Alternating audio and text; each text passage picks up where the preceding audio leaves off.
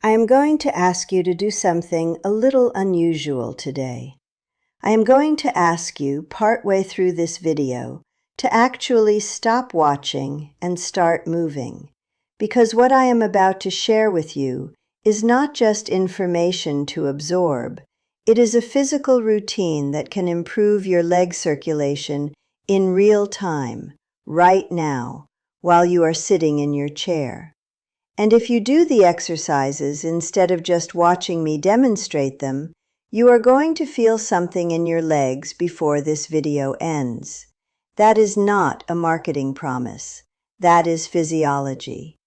Let me explain the problem first, because understanding the mechanism is what makes you actually commit to the solution. Every day, gravity works against your legs. Blood flows from your heart down to your feet with ease. Gravity is helping. But the return trip, from your feet back up to your heart, has to fight against that same gravity. Your heart provides the initial pump, but by the time blood reaches your lower legs, the pressure from that heartbeat has diminished significantly. Getting blood back up those long veins requires additional force. In a young, active person with strong, healthy veins and valves, this is manageable. But after 60, two things happen that compound the problem. First, the walls of the veins gradually lose elasticity. They become less springy, less efficient at pushing blood upward. Second, the one-way valves inside the veins, the small flaps that prevent blood from sliding backward, begin to weaken. When those valves are compromised, blood pools in the lower leg instead of returning efficiently. That pooling is the source of the heaviness, the puffiness, the coldness, and the aching that so many people over 60 experience by afternoon. Now here is the thing that changes everything, and it is the concept I come back to more than almost anything else in my practice as a physical therapist.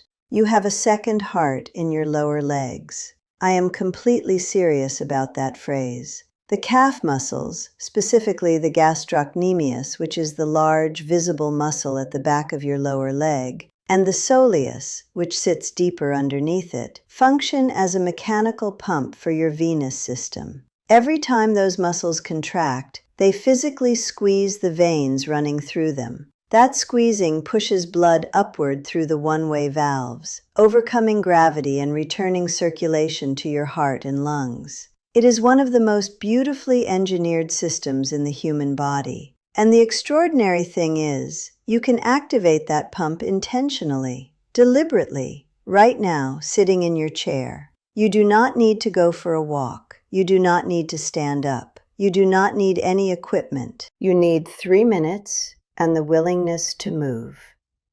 I want to tell you about Dorothy. She was 64 years old when she came to see me, and she had been dealing with cold feet for so long she had come to accept it as simply who she was. Not just a little cool, genuinely, persistently cold. Even in summer, even indoors with warm socks. She had been to her doctor, who had run blood work and found nothing alarming. She had been told to walk more and stay active. She was walking. She was active. Her feet were still cold. Dorothy was skeptical when I told her we were going to start with a 3-minute seated exercise sequence. She expected something more complex, more medical, more impressive. She sat in the chair across from me with the polite patience of someone who has tried many things and expects this to be another disappointment. I walked her through the ankle pumps first, toes up, toes down, 20 reps per foot. Then the heel raises, 15 repetitions, slowly, with intention.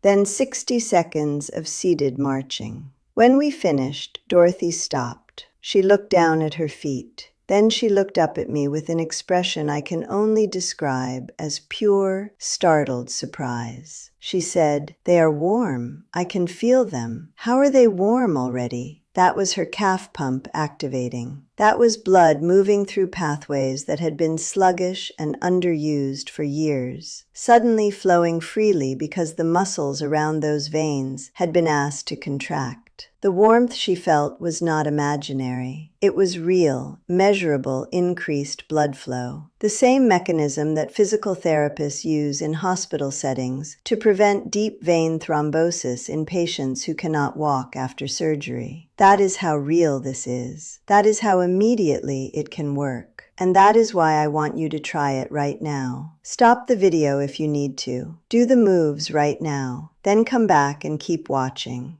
Here are the 3 exercises, and I want to give you the full physiological explanation for each one, because understanding what your body is doing makes you do the movement with intention, and intention changes effectiveness. Exercise 1. Ankle pumps. Sit with your feet flat on the floor, hip width apart. Keeping your heel on the floor, lift your toes toward the ceiling as high as comfortable. You should feel the front of your shin engaging. Hold for 1 second. Then press your toes down toward the floor and lift your heel, pointing through your foot. That is 1 complete ankle pump. Do 20 repetitions on each foot, or do both feet simultaneously if you prefer. This movement primarily targets the gastrocnemius, the large superficial calf muscle. When the gastrocnemius contracts, it compresses the posterior tibial vein and the peroneal vein, 2 of the main venous channels in your lower leg, pushing blood upward. Exercise 2. Heel raises. Both feet flat on the floor,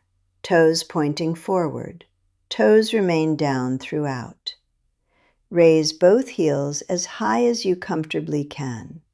You are pressing through the balls of your feet. Hold at the top for 1 full second. Lower slowly and controlled. Do 15 repetitions. This exercise specifically targets the soleus, and I want to spend a moment on the soleus because it deserves more attention than it gets. The soleus sits underneath the gastrocnemius, deeper in the leg, and it attaches differently. It crosses only the ankle joint, not the knee. More importantly, the soleus is the muscle most responsible for pumping blood through the deep venous system of the calf, which is where deep vein thrombosis most commonly originates. In physical therapy, we call the soleus the most important vein pump muscle in the entire lower limb. When you do heel raises with intention and control, you are engaging that deep pump directly. Exercise 3.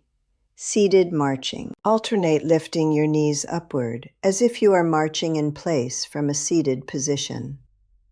Keep your back straight, your core gently engaged, and your pace steady, not rushed, but purposeful. Do this for 60 full seconds. Seated marching integrates your hip flexors, your core, and your thigh muscles into the circulation equation. It increases your heart rate slightly, which raises the pressure driving blood through the system. And it adds a rhythmic, alternating compression to your lower limbs that compounds the effect of the first 2 exercises. By the time you finish 60 seconds of seated marching after the ankle pumps and heel raises, your lower leg has been thoroughly activated.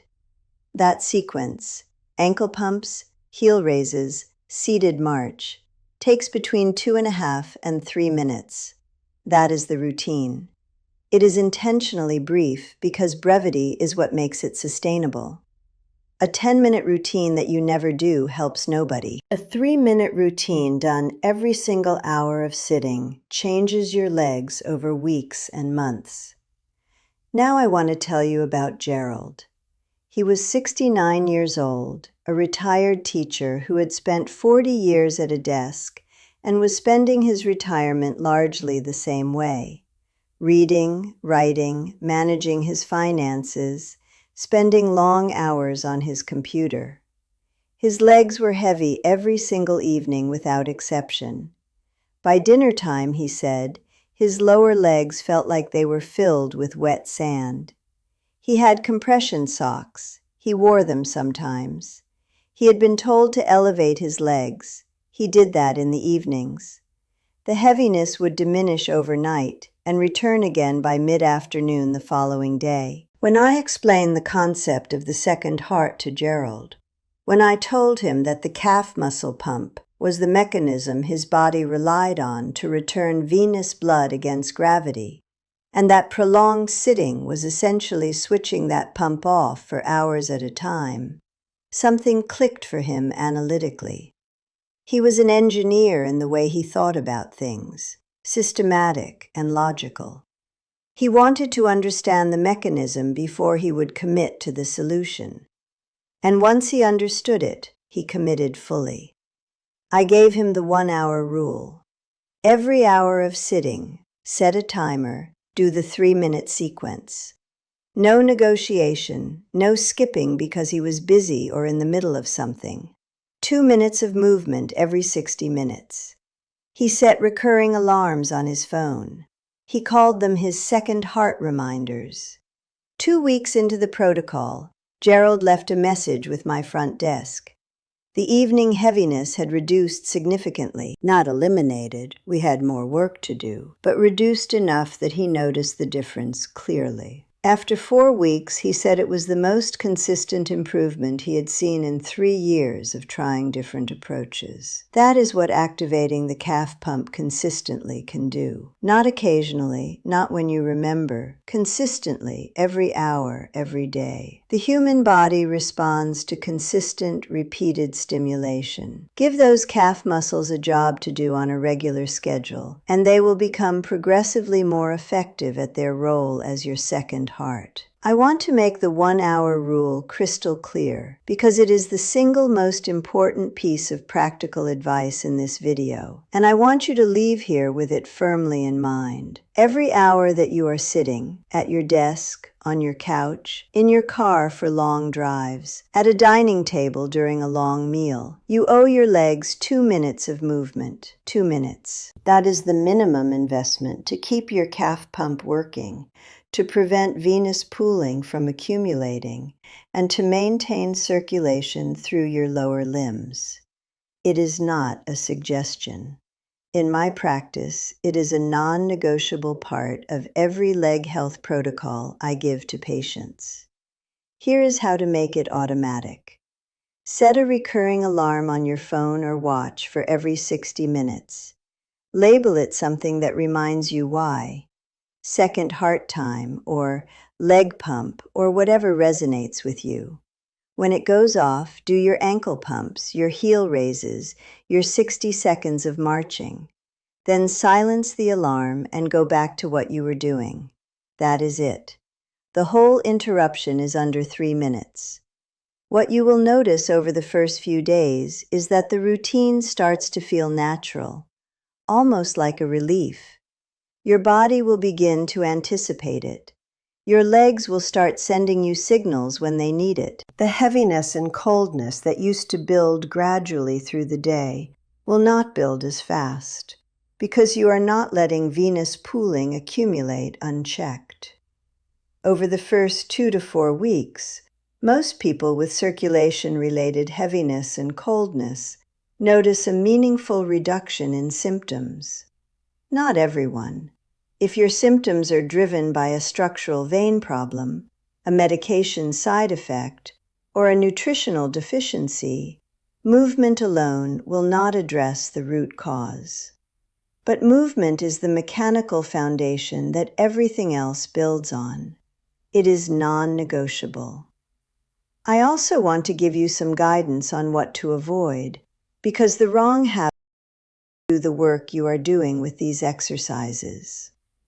Prolonged standing in one place is nearly as bad for venous return as prolonged sitting. If you stand at a counter, a kitchen stove, or a work surface for long periods, shift your weight frequently, rise on your toes, walk in place. The pump needs movement, not just upright posture. Sitting with your legs crossed is something I ask all my patients to eliminate. It compresses veins at the knee, restricting blood flow in exactly the place where you need it to be free. Break the habit. Feet flat on the floor, always. Hot baths and prolonged hot showers feel wonderful, but heat causes veins to dilate, to expand and become more relaxed. Relaxed veins hold more blood and are less efficient at returning it. If you have venous insufficiency or heavy legs, limit prolonged hot soaking and finish showers with a cooler water rinse on your lower legs. And finally, hydration. I will address this in more detail in another video, but briefly, dehydration causes your blood to become more viscous, thicker, which makes it harder to push through your venous system. If you are not drinking at least 6 to 8 glasses of water per day, your circulation is working harder than it needs to. This is especially relevant for seniors who often have a reduced thirst sensation and can be chronically mildly dehydrated without realizing it. The 3-minute routine I showed you today is something I use in my practice every single week. I have used versions of it with patients recovering from hip replacement surgery, patients with peripheral artery disease, patients who have been mostly sedentary for years. The principles are the same for all of them. Activate the second heart, restore the pump, feel the difference. You can do this from your couch. No excuses. Right now, today, set that 1-hour alarm. Learn those 3 exercises well enough that you do not need to watch the video to do them. Ankle pumps, heel raises, seated march. 2 to 3 minutes, every hour. Your legs will thank you within the first week. If you felt a difference doing the exercises during this video, I want to hear about it in the comments. Tell me what you noticed. Warmth, lightness, tingling, whatever you felt. And if you have been dealing with heavy or cold legs for a long time, tell me about that too. Your experience helps other people watching this know they are not alone. Share this video with someone you know who spends long hours sitting. And check out the next video in this series. We go deeper into the nutritional side of leg circulation. And there is information there that could genuinely change how you approach your leg health after 60. 5 minutes a day changes everything for your legs. And today, you have already taken the first step.